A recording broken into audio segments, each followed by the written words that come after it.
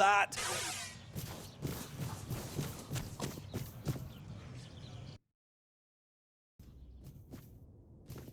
I swear, if I catch that bastard, I'll shove all 5 volumes right up his arse. What?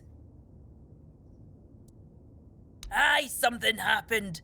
Some blighter broke in and stole every book about the beautiful Liliana.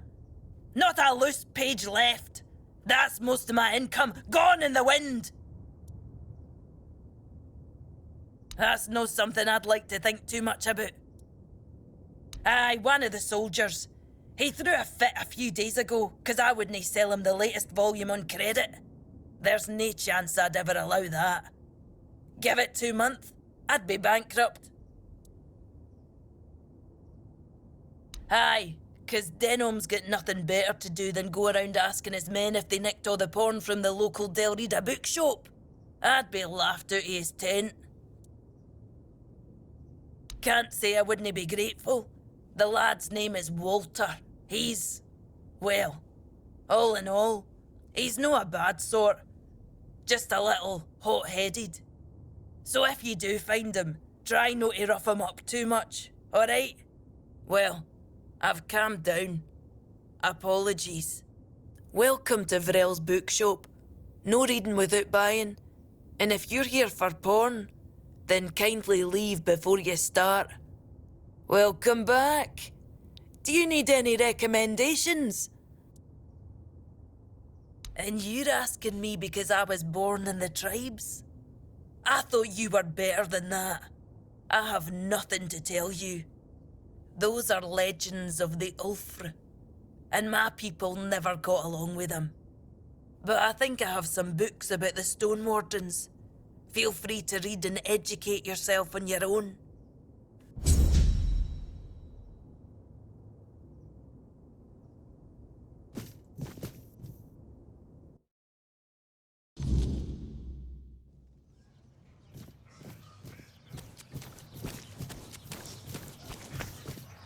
Nice. Hello there, strange-looking citizen. You lost, or just looking for someone?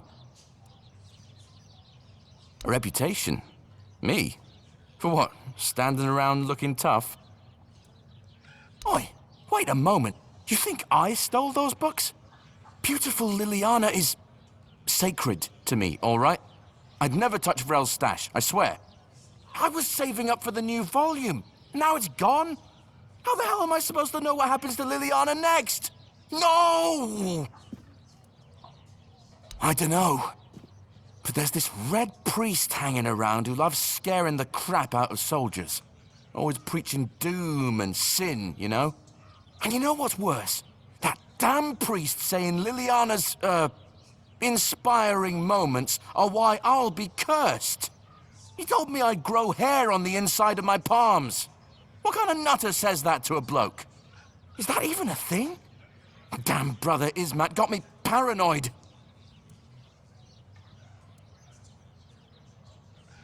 Oh, thank the gods. I was losing sleep over this. I mean, I don't trust that priest farther than I could throw him, but he's got a way of getting inside your head, you know? I guess I should have known better. Beautiful Liliana's too pure to curse a guy, right? Right? Oh, he's probably at the Red Church headquarters. That's where they're always praying and doing whatever it is that Red priests do. Just be careful. The man's got a way of making you feel like you're already cursed. Creepy bastard. Catch you later, yeah? Don't go getting into trouble without me. Nice to see you.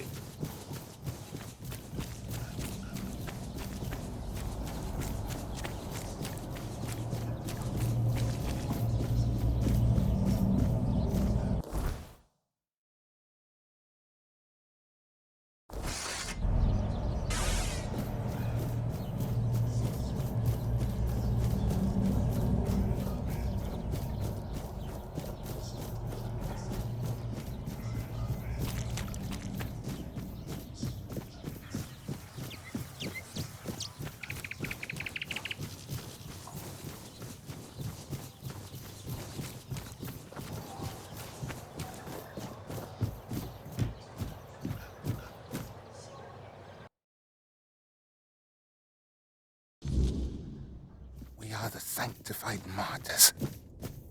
Through blood. You have returned. My decision remains unchanged. All of Liliana's books will burn as soon as I finish my prayer. So, what has someone like you gleaned from them? I am most curious, especially since it's written that a hand that lingers on selfish desire serves no purpose higher than itself. Know this, the seed is sacred, meant not for waste, but for the cultivation of life and the service of greater purpose.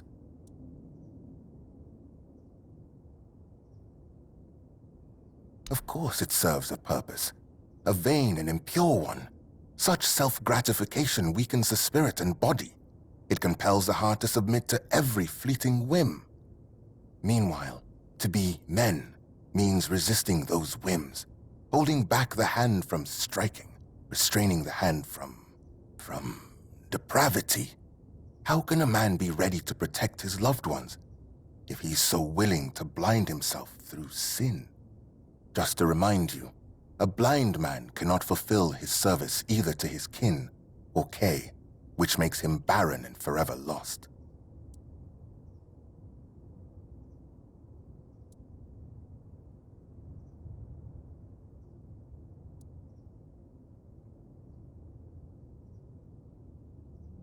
I see you didn't stop your reading of Flamen at a sermon on the paths of discipline, and you've cited the perfect passage. That's precisely the point. What ultimately guides the hand to sin is, after all, the human heart ablaze with unchecked desire. The same sermon says, "Remember, therefore, that the gift of life is for sharing and not for consuming alone." Woe, then, to the hearts driven by selfish desire, as those hearts won't listen to the word.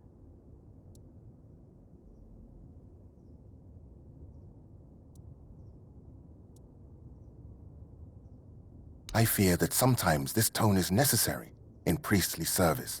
We know human nature all too well, do we not? Avoiding an admission of guilt does not mean avoiding punishment.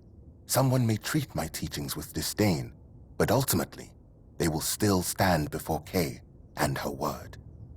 Your words, however, are wise, and they lead towards reflection.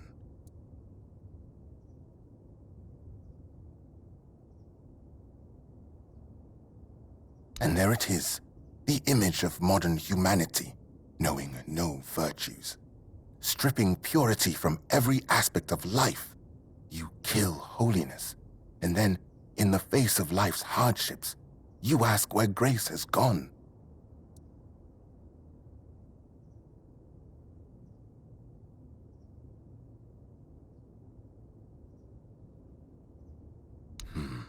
Do not waste your time searching for trivial problems.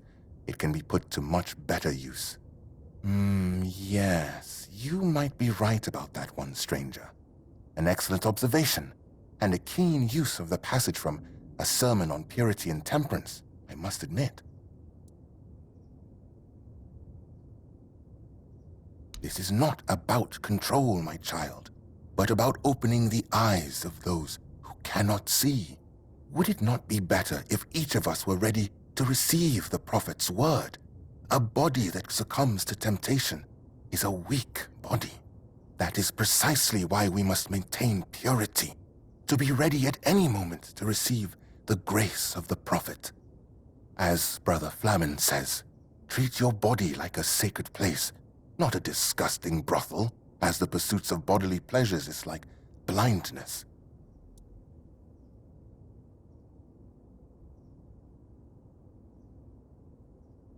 Through understanding and grace. That is a fragment where Flamen was not mistaken. It is difficult to interpret it otherwise, and his argument is further strengthened by his reference to the texts of esteemed priests. Nevertheless, the matter here is different. It has been stated many times how such acts dull the human mind.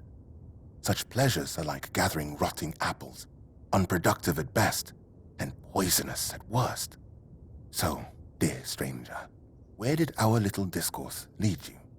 What about my role in all of this?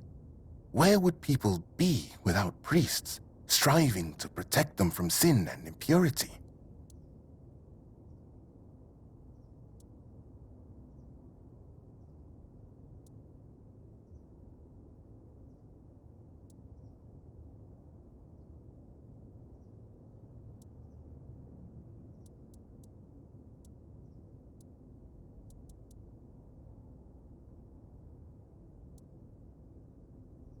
Their own business?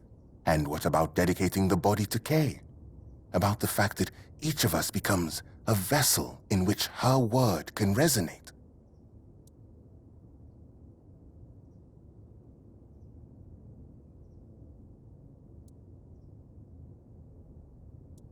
Those are poisonous for a soul, and a poisoned soul becomes weak, pulling a person away from goodness.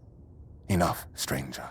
I see you've tried, but I won't debate matters of faith further. I remain unshaken. The books will burn. Now, let me return to my prayer.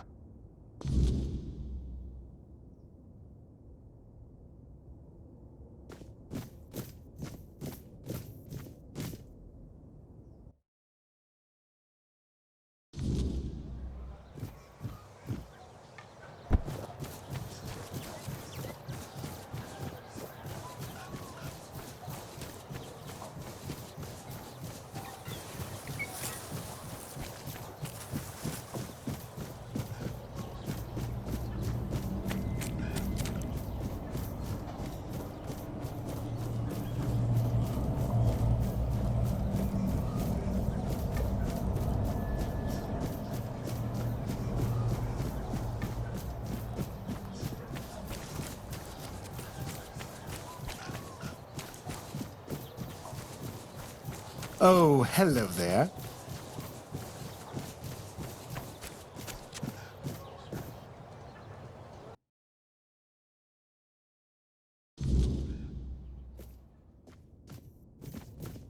Hello again. If you need anything specific, feel free to ask. Damned red priests. You'd think they'd have bigger problems than a bit of questionable literature. They don't have to like it. But nobody's forcing them to read it either. Well, thanks for looking into it. For whatever it's worth. One more thing. I can see you're alright. And I hope I can trust you. We need to talk. No this time. I'm not in the mood to even joke about that. This time, it's serious. A matter of life and...